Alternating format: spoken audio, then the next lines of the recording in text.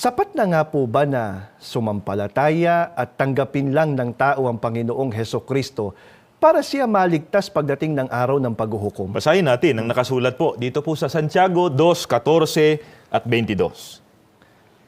Anong pakikinabangin, mga kapatid ko, kung sinasabi ng sino man na siya'y may pananampalataya, ngunit walang mga gawa, makapagliligtas baga sa kanya ang pananampalatayang yan?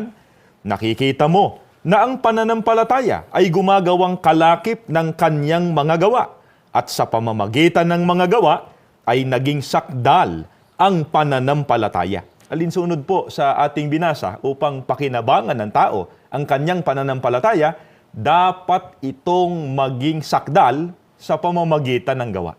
Kapag po ang pananampalataya ay wala pong kalakip na gawa, hindi ito pakikinabangan, hindi ito ikaliligtas. Sa makatwid, mawawalan din po ng kabuluhan. Kaya nga po sinasabi ng iba, kapatid na ron, kami po hindi kami basta sumasampalataya lang.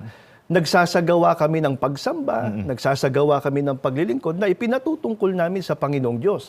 Ang tanong ito, kapatid na ron, ang utos lamang ba sa tao ay magsagawa siya ng paglilingkod sa anumang paraan at wala na siyang susundin? Ano po bang dapat na pagsaligan po ng tao sa gagawin niyang paglilingkod? Ang katotohanan, katulad ng nakasulat po dito po sa unang Samuel, ang talata ay 12:24, pakinggan po ninyo. Matakot lamang kayo sa Panginoon at maglingkod kayo sa Kanya sa katotohanan ng inyong buong puso.